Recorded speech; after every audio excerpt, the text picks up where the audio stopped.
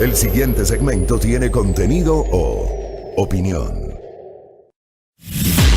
La entrevista en A Primera Hora. Analizamos los hechos del momento junto a sus protagonistas.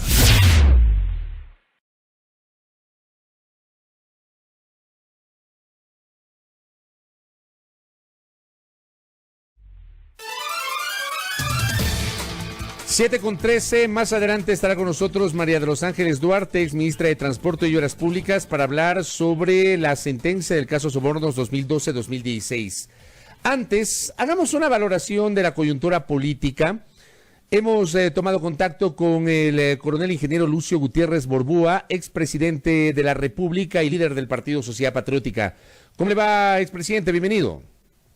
Buenos días, muchas gracias por la oportunidad. Un saludo a toda esa inmensa audiencia en el Ecuador y en el mundo de Radio Majestad. Gracias por la gentileza de atendernos. ¿Cómo ve Lucio Gutiérrez el momento político y económico del país, marcado por la propia situación interna del gobierno, por un lado, y la relación del gobierno con otros sectores? Lo que ha pasado este fin de semana con la aprobación de las dos leyes económicas. Entiendo que la aprobación contó con los votos incluso de los representantes de su organización política en la Asamblea Nacional. ¿Hacia dónde va el país, expresidente Gutiérrez? A ver, primero quiero dejar clarísimo que nuestra organización política es de oposición y muy crítica, pero una crítica constructiva al gobierno de Lenín Moreno. Lo que hacen los asambleístas que ingresaron a la Asamblea por Sociedad Patriótica es una decisión totalmente aislada del partido político. Ellos pidieron y se les ha dado la disciplina partidista y hacen pues obviamente acuerdos legislativos en los que Sociedad Patriótica no tiene absolutamente nada que ver. O sea, el partido no autorizó, no tuvo nada que ver con, por ejemplo, la elección de César Solórzano como primer vicepresidente de la Asamblea y el hecho de que César Solórzano, siendo parte de uno de los colectivos que aglutina varios sectores políticos, haya suscrito o se haya adherido a esto que denominaron el año pasado como el acuerdo de gobernabilidad, que finalmente no cuajó y se rompió, pero que sirvió para la designación de autoridades. ¿Eso no fue avalado por su partido, expresidente? Definitivamente no. Esos son pues acuerdos políticos que los hacen los asambleístas y que tendrán que responder ante el partido político, ante sus votantes y ante la historia por las decisiones que están tomando. Por ejemplo, la ley humanitaria que acaban de aprobar es una ley humanitaria, pero para los más ricos del país, porque eso va a significar un gran desempleo en el Ecuador.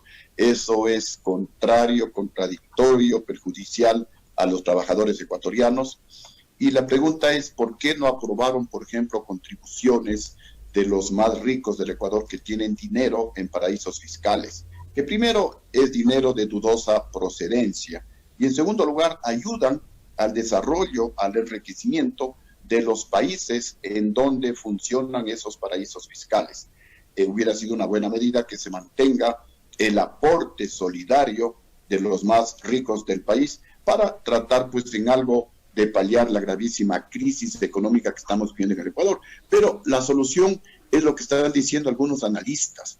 Hay que volver al modelo Gutiérrez, un modelo en donde la economía creció al 9%, el más alto de toda la historia del Ecuador, un modelo en donde la pobreza se redujo a más del 4% anual, igualmente la más alta de toda la historia del Ecuador, un modelo en donde el Ecuador llegó a ser el tercer país de América Latina que más inversión extranjera recibió, por sobre economías más grandes como la de Colombia, por sobre las inversiones extranjeras en Perú, en Chile, en Argentina. Llegamos a ser, repito, el tercer país que más inversión extranjera recibió, solamente por debajo de México y de Brasil.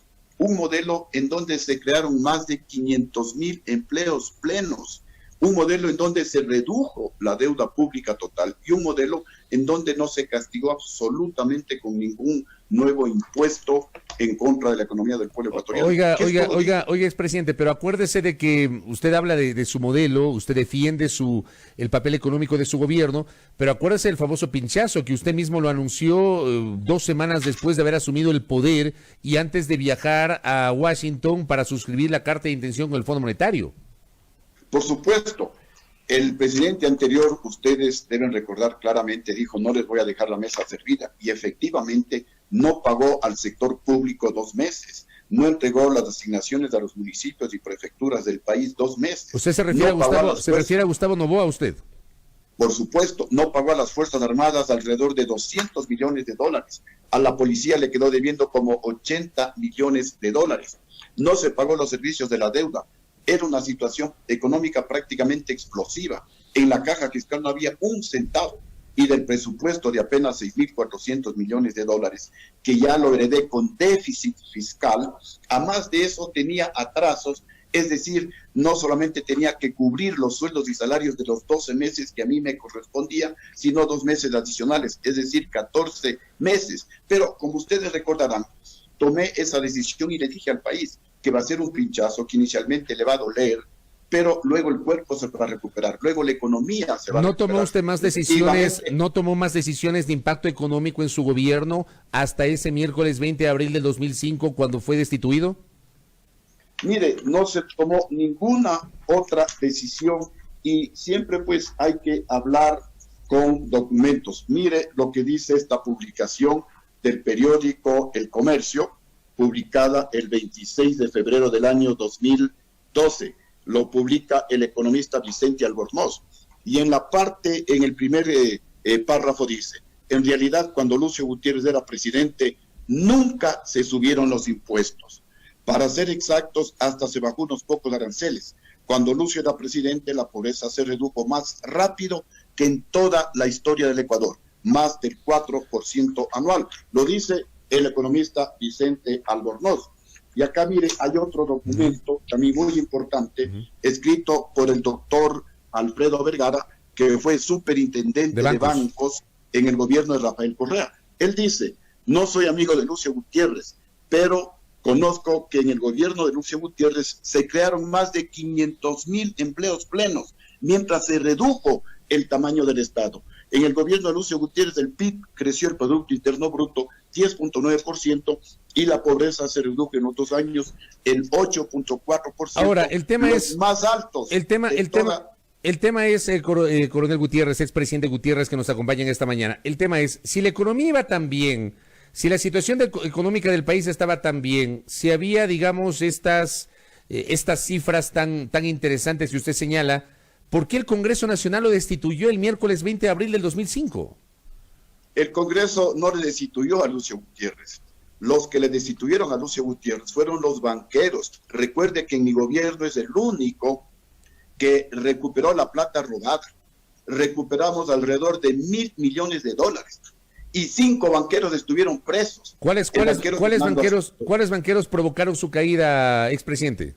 Estuvieron presos el banquero Fernando Aspiazu, el banquero Nicolás Landes, el banquero Marcel Aniado, el banquero Álvaro Guerrero, el banquero el señor Miranda, de un banco de la SUAY, y también el que estuvo detrás del golpe, no lo digo yo siempre hablo con documentos, lo dice la prensa internacional. Mire el título, Chávez financió el derrocamiento de Gutiérrez en Ecuador. ¿Qué dice el periódico El Universo, publicado el 24 de abril del año 2011? Aquí está el periódico El Universo. El periódico El Universo publica que un mosaico peligroso, financiado por el gobierno de Venezuela con la participación de las FARC, de cubanos, de extremistas ecuatorianos y algunos infiltrados, entre ellos los banqueros, que justamente pues financiaron también junto a Hugo Chávez el golpe de Estado, que en definitiva lo ejecutaron los generales. Los generales son los que dan los golpes en el Ecuador. Sí, de acuerdo. Yo estoy de acuerdo con lo que usted dice respecto del rol de los militares, y es verdad.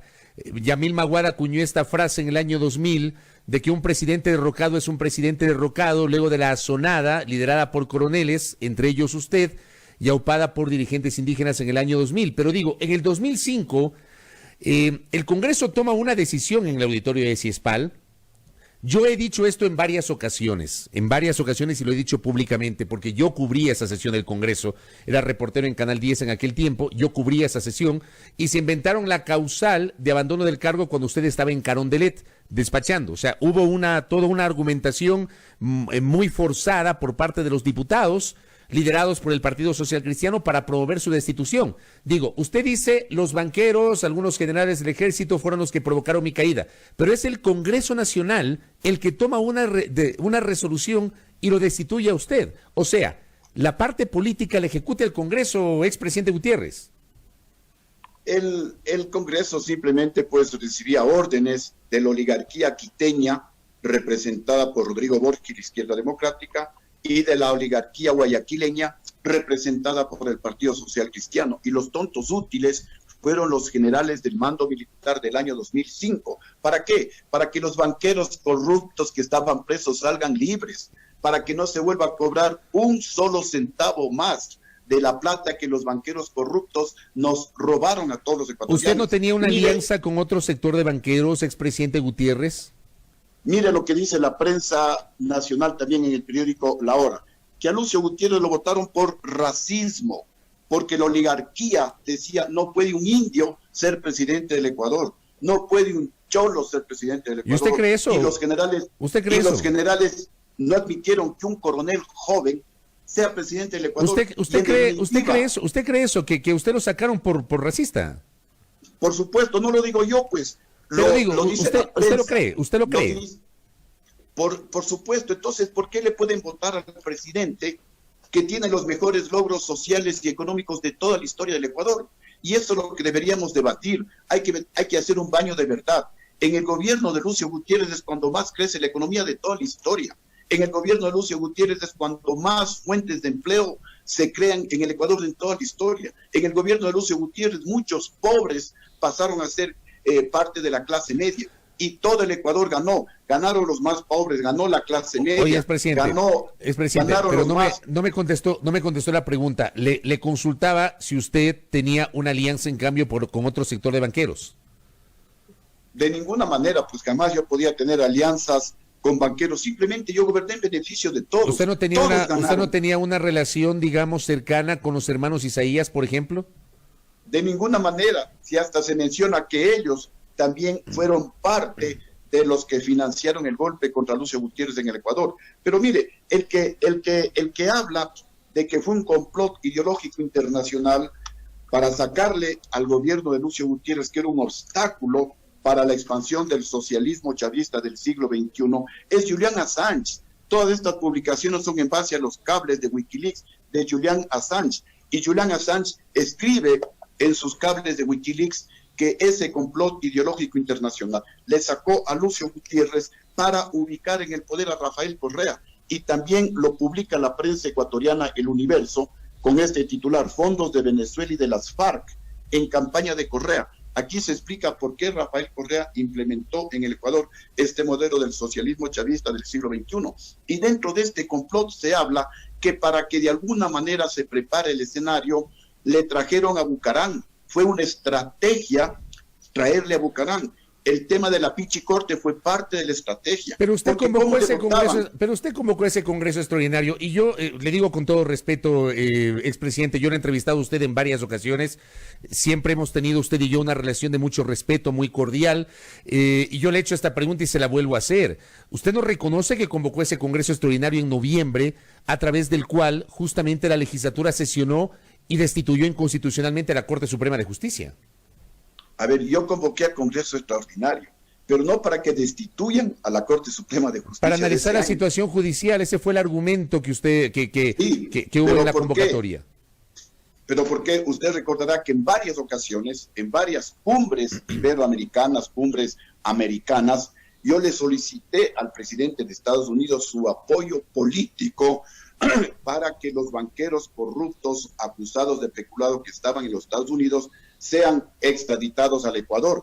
Él ofreció su apoyo político, pero en las otras reuniones que tuvimos, él me dijo muy claramente: mire, la Corte Suprema de Justicia del Ecuador no permite la extradición de los banqueros que están aquí en los Estados Unidos, porque la Corte Suprema de Justicia de Estados Unidos les pide documentos sobre los banqueros y la Corte Suprema de Justicia no envía esos documentos. Entonces no había, según el presidente de los Estados Unidos, la voluntad política en la sala de lo penal de la Corte Suprema de Justicia ecuatoriana. Es por eso que yo convoqué para que se analice la situación jurídica de la justicia ecuatoriana. Pero usted estaba consciente de que el Congreso Nacional no tenía nada que hacer con la Corte Suprema de Justicia, porque la propia Constitución le quitó la atribución nominadora y también fiscalizadora al Congreso sobre los magistrados de la Corte Suprema. Y sin embargo el Congreso sesiona y destituye a la Corte Suprema cuando no tenía atribuciones. Mire, es muy importante este tema, pero hay que analizar lo que decía la Constitución del año 98. La Constitución del año 98, en la transitoria número 25, claramente definía que todos los funcionarios nombrados por el Congreso Nacional deben terminar sus funciones en enero del año 2003. Los de la Corte Suprema de Justicia, la llamada Corte Febres Borgista, fue nombrada por el Congreso. Ahí se les durmió el diablo. En el 97. El Congreso cesó a la Corte Suprema de Justicia, que era comandada por el doctor Carlos Solórzano Constantine, y dijeron, por última vez el Congreso nombrará una Corte que de aquí en adelante será vitalicia. Eso pasó en el 97. Así es, pero la misma Constitución les daba o mejor dicho, lo que hicieron los diputados es cumplir el mandato constitucional. Pero resulta que usted nos dice que cumplieron el mandato constitucional. Resulta que los destituidos presentaron una demanda ante la Corte Interamericana de los Derechos Humanos y la Corte les dio la razón y sentenció al país a pagar por esa demanda. Y entiendo que sobre usted, hace algunas semanas estuvo por aquel procurador del Estado, el doctor Íñigo Salvador, y sobre usted, entiendo, le han incorporado la posibilidad de ejercer una demanda de repetición. A ver, gracias nuevamente por esta pregunta, para que el Ecuador conozca la barbaridad que hicieron en el gobierno de Rafael Correa. Mire, el Procurador General del Estado, Javier Garaycoa, le estaba defendiendo al Estado ecuatoriano y le contestó a la Corte Interamericana de Derechos Humanos que no hubo ninguna destitución de los magistrados, que los diputados simplemente cumplieron un mandato constitucional, porque esa corte estaba ilegalmente autoprorrogada por 2 años. Pero el presidente Correa, que quería y que se ensañó contra Lucio Gutiérrez, ustedes recordarán que en todas las sabatinas Correa decía Lucio corrupto, Lucio ladrón, Lucio cobarde, y entonces queriendo repetirle a Lucio Gutiérrez, le cambia al Procurador General del Estado, Javier Garaycoa, y le pone al Procurador García, y le ordena al Procurador García que cometa una barbaridad, que comete una ilegalidad, que se allane al pedido de los magistrados de la Corte cesada en el año 2004, cuando el Código de Procedimientos Civil es categórico, cuando una de las funciones del Estado es demandada, el Estado no se puede allanar. Entonces violaron flagrantemente lo que dice la ley, el Código de Procedimiento Civil. ¿Usted defiende lo que hizo el Congreso Nacional? ¿Usted defiende o justifica en derecho lo que hizo el Congreso Nacional en diciembre del 2004, expresidente Lucio Gutiérrez? Yo tengo que únicamente justificar y poner las manos al fuego por el gobierno de Lucio Gutiérrez, por Lucio Gutiérrez. Pero usted convocó esa sesión del Congreso, le insisto.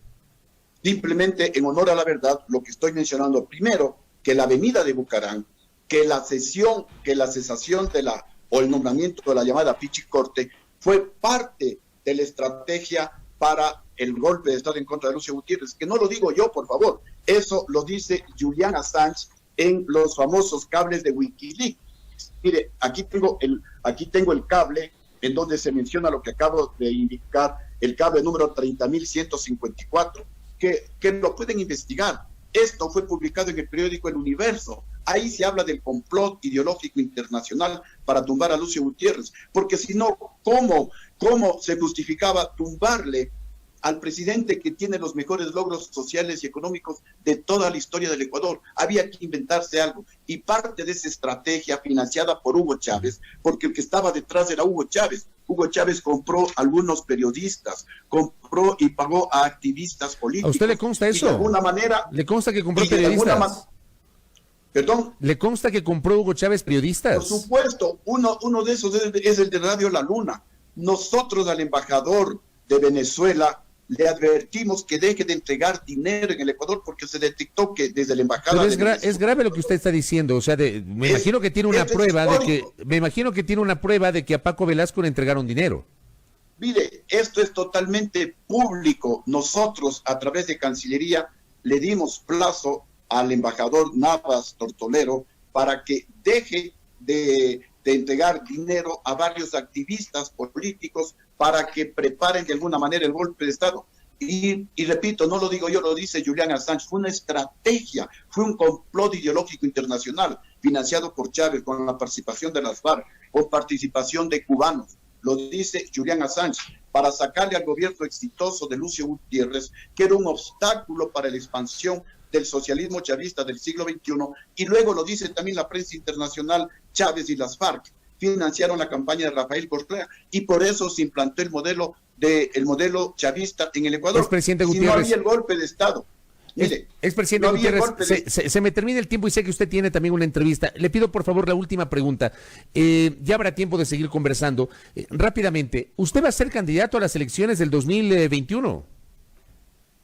Por supuesto, es una decisión que él ha tomado. Yo sé que es un reto durísimo enfrentarme a las chequeras más grandes del país, enfrentarme a verdaderas empresas electoreras que tienen muchísimo dinero, pero es el momento que el Ecuador tome una decisión, o se convierte la próxima elección presidencial en un concurso de cuál es el más rico del país, de cuál es el que más gasta en la campaña electoral, de cuál es el que más sale en los canales de televisión a nivel nacional, o es una elección de propuestas, porque hoy más que nunca el Ecuador necesita un presidente honrado, necesita un presidente patriota, necesita un presidente con experiencia. Hoy no podemos estar nuevamente con novelerías, no podemos estar nuevamente pues arriesgando.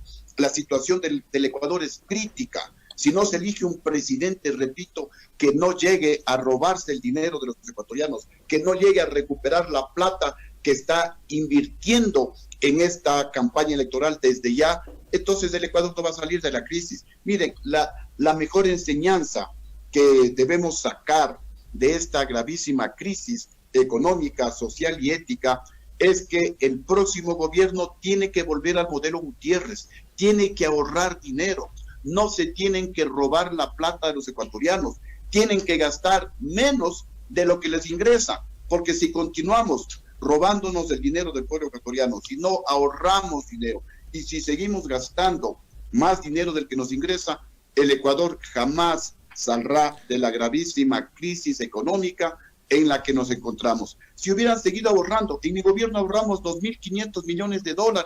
La primera pregunta es, ¿dónde está esa plata? ¿Quién se robó esa plata? Esos $2.500 millones hubieran servido para salir de esta crisis. Y como dice el economista Albornoz, si se hubiera continuado con ese modelo Gutiérrez de ahorrar dinero, al año 2016, cuando él publicó un artículo en El Comercio, el Ecuador debía haber tenido $40.840 millones, y en el 2020, si continuábamos con el modelo Gutiérrez, deberíamos haber tenido alrededor de $50.000 millones, porque ecuatorianos ya basta que cada vez que hay una emergencia es el pueblo el que sale en apoyo al gobierno, cuando debe ser al revés. Correcto. Cuando hay una emergencia es el gobierno el que debe salir en apoyo del pueblo ecuatoriano, como hicimos en mi gobierno cuando erupcionó el volcán Tungurahua. Como teníamos plata ahorrada, fuimos en apoyo a los campesinos, a los agricultores que perdieron los sembríos, porque las cenizas mató sus productos en la provincia de Chimborazo, en Tungurahua, en Cotopaxi, en Bolívar, en El Cañar,